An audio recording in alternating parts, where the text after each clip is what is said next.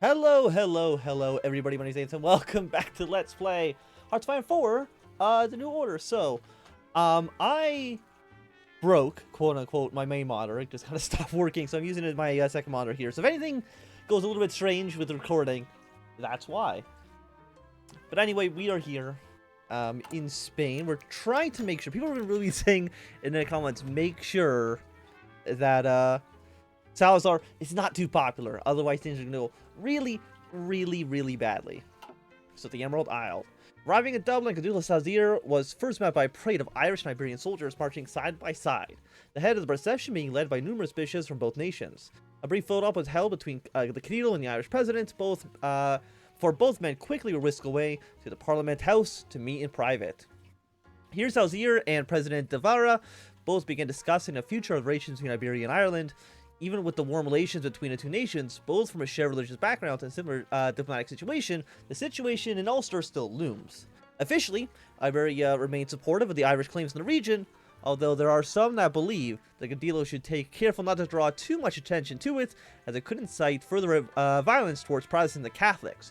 Regardless, the economic benefits of Irish and Iberian friendship are obvious, and both men are ready to tie the nation together more than ever before. Lose stability.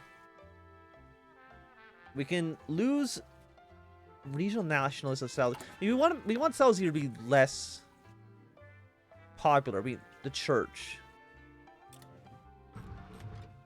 Yeah, I think that's slightly weakened his power. So we're gonna try to balance this out as much as we possibly can. And you know what? Let's talk to the bishops and purposely trying to make his relationship with them bad. Our northern neighbor. After taking some time in Dublin and meeting with numerous religious officials in Ireland, Salazar made his final preparations to head to West Paris. Several special measures were taken to not draw the ceremony. Okay, let me just repeat that sentence. Several special measures were taken as to not draw the ceremony to greet the Cadillo. The parade was made up of only the Iberian honor guard, as the French were careful to meet the Burgundian demands. Short-lived and nothing spectacular, the Cadillo staff scurried him away towards the more secure area of West Paris to meet with representatives of the French government. Despite everything, the meeting with the French went swimmingly. A wonderful state dinner and several photo opportunities had managed to raise everybody's spirits, and reading off a new monitor is actually more difficult than you would imagine. A wonderful state dinner and several photo opportunities had managed to raise everybody's spirits, and several impromptu speeches were made to the people of France and Iberia. Now, however, Salazar faced with either continuing his meetups with the French in order to strengthen the trade relations, or begin approaching church leaders to gather their support for future Iberian endeavors. With the Burgundians breathing down the necks of the French, the Cadillo only has time to meet with the one or the other. More stability, the silent majority, they are already mostly Salazar aligned. Or we get opinion with the church. It doesn't have a preference right now, so you know what, let's meet with the French. We're still somewhat balanced out here. And representation. One of the hottest issues when it comes to formation of the Iberian Council is who is represented there and how they should be represented. As with most things, Franco and Salazar have different opinions on the matter. Franco stated the council should be based on what he considers are the three natural parts of society: the family, where one is born; the town, where one lives; and a syndicate, where one works. Salazar opposed this and instead proposed the council should be filled with members chosen by an odd pyramid system. Franco's difficulty to understand Salazar's unique choosing method, together with Salazar's frontal denial of Franco's proposal, made sure that the meeting lasted much longer than it was intended to. After much explaining, Franco finally understood Salazar's system, which he then vetoed before calling the meeting. Well, Cadillo say that they were very close to choosing a system, but not a word was said regarding representation of regions like Catalonia, Galicia, or the Basque country. Sure, I'm sure everything here is going absolutely swimmingly. Salazar entered sanctuary in Fatima. It was a crisp, clear morning in the Portuguese municipality of Oren. The white marble running all around the sanctuary of Fatima reflected the morning sun's brilliance, bathed in the sun and warmth and light. As usual, Salazar's modest motorcade arrived early, and Cadillo of Portugal found himself in time to burn before his appointment with the Portuguese bishops. Waving off his bodyguards to permit them a cigarette break, Salazar squinted up at the gold-plated cross, stopped the spirit atop the spire. The center cathedral, as he pondered how to go about discussion with the bishops. It had been some time before he had dealt with the clergy directly, despite their major role in the Estardo Novo. Would they be simple, honest men like the ordinary priests he had known growing up, or illustrious and regal figures representing the church's wealth and power? What approach is best to speak with them and win them over? You know, let's talk about how he once considered becoming a priest. You did reaction as a personal antidote. Fantastic, you made him less popular. If Salazar is hoping to find some kind of personal connection with this story of he ultimately didn't become a priest, he was sorely mistaken. The bishops had no interest in hearing answers from his bibliography when they were serious matters to take care of. Gritting his teeth and kicking himself mentally by the end of the meeting, Salazar had several shades redder and looked a few years older as he marched back to the limousine afterwards, having gotten nothing out of the discussion besides an embarrassing anecdote about himself. So we have less opinion with the church. I mean, I still don't really have a preference. We're still... What is that? I mean, if this is 50-50, like right between the two portraits, then we're probably like 60-40-ish. I mean, that's my best guess. We got 10 more days so we can finish the British. I guess the English, mostly. More people at war in Russia, but that's really not a surprise to anybody. Okay, so Turkestan has taken over some territory. And the council debate housing and building. Iberia has a lot of beautiful buildings and locations full of history and meaning, but sadly, only one place can host the Iberian Council. Of course, as with most things, the Cadilos are deeply divided in this matter. Frank proposed that his own residence, the royal palace of El Depardo, should be the meeting place, but Salazar then proposed his own estate should host a council. This conversation was transformed into an argument to see whose residence would better... This conversation had transformed into an argument to see whose residence was better before turning into a string of insults to the others. The matter was finally dropped and the debate was chosen to propose the hosting council in either the Place de la Cortez or the Sal Bento Palace, with each proposal being defended by Salazar and Salazar respectively, and following a pattern similar to the private residence proposal, arguing which is better before deciding to insult the other building. The meeting was called off, but both Cadilos say that they're still analyzing options. The only thing meeting has left clear is that the El Pardo has been plumbing, has better plumbing, while Sal Bento has less leaks. So now we're going to talk about veto powers. I mean, they have basically infinite veto powers. We'll kind of see how well that could possibly actually go. Okay, so we got a few more days until we visit. I'm assuming we're visiting probably England and Scotland. They would be the most the two main powers in the region, I would imagine. Like Wales and Cornwall. Not to sound too rude, but they don't really matter. Okay, and then after this, let's not share any more intelligence with the rest of the old triumvirate. In visiting the British Isles. As is the game in politics, the show must carry on. The desire for greater foreign relations has brought to the eye of Iberia northwards, towards the island of Great Britain. To this end, an official state visit by Cadillo Salazar to England and Scotland has been scheduled. If everything goes as planned, we will leave more contacts in our north. It will effectively be a surprise visit, but not wanting a short warning in advance to make sure the rest is prepared, everything is ready, and all that remains is send an order to fly over. Let's go to the Fallen Empire. I mean, we're technically also a Fallen Empire. I mean, I guess we have, like, Morocco and half Algeria. After the mostly calm fight, Salazar found himself in London. Most of the city was in questionable shape, and between bodyguards and other security precautions, it was best to be somewhere there. It was best to be somewhere where there wouldn't be so much attention.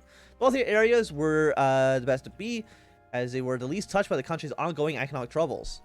A little while was set aside to relax, and even though the depressing atmosphere, there was an undeniable quaintness to certain areas of London. There was no time to dally. Like, I'll be honest, like, this modder is like half the size of my old one. There's no time to dally. So Salazar found himself needing to attend to the real reason for his visit. However, there isn't enough time in a day for everything. Either Caudillo can take the intended action of proposing meetings with Prime Minister Alec Douglas Home to discuss diplomatic ties, or he could use his time to focus on business matters. I mean, let's see. What do people already feel? Colonial settlers. Businessmen are mostly Franco-aligned. What about foreign leaders? Okay, now they're more towards Salazar, which I think probably has actually made our situation worse, but that's okay. The Highlands. Onwards to Scotland, Cadilo Salzier came straight from London, landing in Edinburgh to a considerable warmer reception, as someone had taken the care to properly notify them of the Iberian diplomatic mission. These were clearly more stable around the city than in London, with a general calm atmosphere. Salzier spent some time on tour as well as attending some minor events. Before long, time slipped away, and once again, not everything could get done by the end of the day. A few generals who came along with the trip expressed their desire to meet with the Scottish High Command, allowing them to bond over various discussions and potentially foster friendly relations for the future. There's still time to meet if we act quickly. Alternatively, Salzier could meet and discuss formal business. I mean, we could talk even more about business. Let's talk more about business. The bureaucrats are fully Salzier aligned. And now we're going to talk about our veto powers. Every Iberian knows that the Cadilos tend to veto each other's decisions, even most trivial ones. Sometimes that is used by underground publications to satirize their figures, and for the common people to make jokes about. This veto situation has been a matter debated today for the formation of the Iberian Council. Franco proposed that the veto power should be reserved for himself and Salzier. The Salzier surprisingly said no to this, and proposed that the proposal could only be vetoed if a number of members of the council who decided the veto was higher. Okay. Franco proposed the veto power should be reserved for himself and Salzier. But Salzier surprisingly said no to this, and proposed that the proposal could only be vetoed if a number of members of the council who decided to veto it was higher than the number of those who didn't want to veto it. Franco then refuted Salzier's argument, asking those members who voted blank would simply be ignored. This brought out of control and ended with a heated philosophical debate as to what a veto and whether a veto could be nullified if it was discovered to be a motive of harm, if it was motivated to harm the Iberian people rather than help them. At the end, nothing was agreed upon, so you can expect the veto powers to remain in the hands of the Cadilos, at least for now. What is everybody doing right now? Because it is 1963. So I think in October, Hitler should die. We'll see a civil war basically break out in the middle of Germany, which probably is like good for us. I don't know. I mean, it has to be good, right? Like, why would it be bad? So we still have probably by the end of the not even at the end of the year. No, probably by the end of the year we'll have done all these focuses, and I'm assuming we're gonna get a new focus tree afterwards. Okay, so civil war is broken out of Madagascar. I think we're basically completely okay with that. I mean, it doesn't really affect us so much. Okay, collapse of Madagascar. Who's gonna win? Again, it doesn't really matter too much, I think. I might be wrong, but I also don't think I'm wrong. Okay, so you defeated the free state of somewhere neutral state, the free city. That's all stuff that's happening in Russia. As you can see, Russia is mostly just a complete mess, and I think it's completely okay if we ignore it. Okay, let's send you to Brown Army. Let's get a little bit more stability. I mean, we're at 20% right now, which I would say is pretty much not good at all. Let's see if we can improve that situation ever so slightly. Lehigh takes over Levant. And they shoot a crisis. This is, yeah, the Japanese stock market crashed. So who's taking over here? Oh, no, you're now Israel. You're Nazi Israel. They've taken over the region. Okay. Sure, why not? So kind of see what everybody else decides to do here. You are at, I mean, we could add more money to the dam budget. I mean, how much money do we have right now? We have $1 million. Let's add $3 million bucks. Now we have 4. You can establish a surveillance system. Right now, the workers are content. Well, the radio power is going to kill 20 people, but you know what? Sometimes you gotta die for progress. Build that radio tower. Get it done.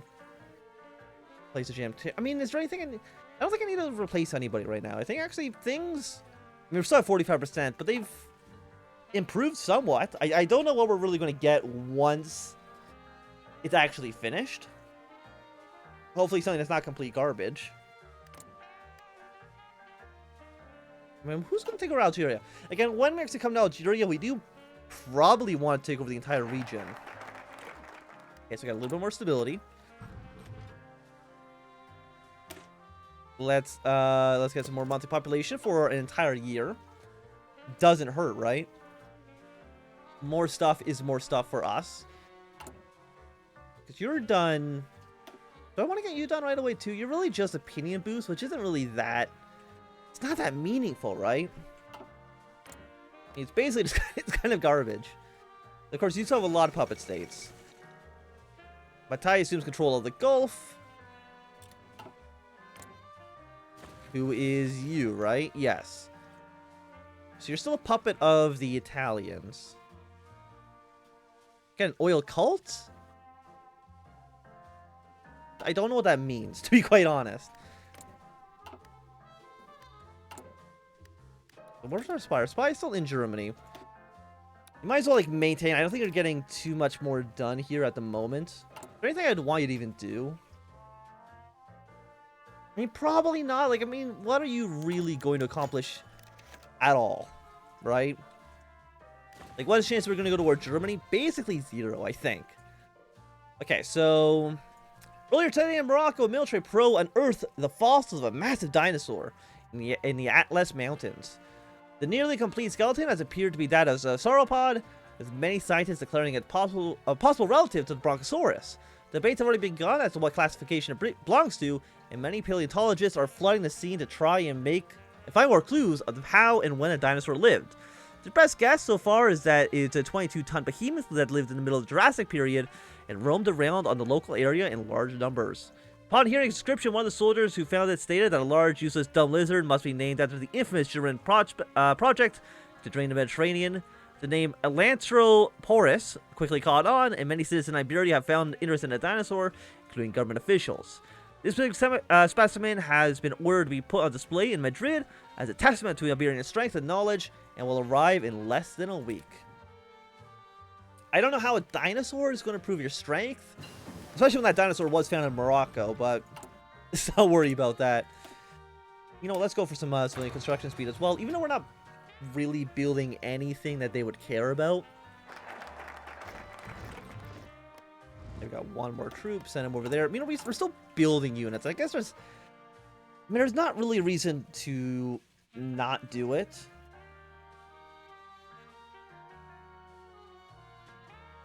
Let's go to Calcutta and Delhi. They're going to meet with India and the Japanese Indian government. For manpower's low. You know what? For manpower's low, we probably don't want to train more units. Just cancel all these guys for now. I mean, our manpower is still low, but it's not as low as it was. But I mean, we have, what, 33 divisions? So that's not horrible. I mean, if anything, you really should more or less be around Madrid, because I feel like Madrid's going to be, if the country falls apart, that's where I'm going to want you to be. But I'm sure it's completely fine, and nothing bad could ever possibly happen. So, England, how are you still doing with, I mean,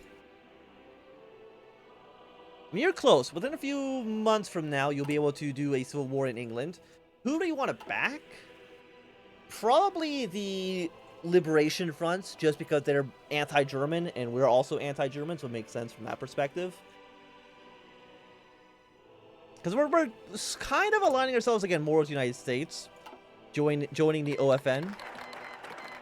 And Iberia, or Central Siberia, is clear war on somebody. Is that Tomsk? Yeah, you guys are at war now. That's fine. Okay, then we're going to go talk to Japan. I'm assuming probably Japan and China. Visiting the Indian subcontinent. It's time for Franco to visit the Indian subcontinent, and unlike Columbus, he would actually make it this time. There are opportunities abound in the subcontinent, and to have an ally who has access to natural resource and manpower of India would greatly strengthen India's diplomatic and economic position. We'll have to make a decision as to whether to recognize India or the puppet state as Hind as the rightful inheritor of the title of India. India is stronger of the two, but Azid Hind has the might of the cultural spirit behind it, and support for the government could lead to greater diplomatic opportunities with Japan. Of course, at the same time, we could choose not to recognize either and carry on our policy of neutrality. Probably, like... I mean, again, this is an interesting question. Do we want to go with Azid Hind or India? Because, I mean, they do make the point. If we ally ourselves with Azid Hind, all of Asia is probably going to be a little bit easier for us to try to make some headway into. But, at the same time, if we make a headway here, it's going to naturally bring us into conflict with the United States. Or, well, at least not conflict. At least there'll be... I mean, Asia's last democracy. I mean, it means we won't be able to visit the other government, which I mean, guess makes sense. Cadillo Franco has reached Delhi, a city seemingly bursting with life, wealth, and prosperity. At least that's how it looked from the government-approved tour. Franco quickly tired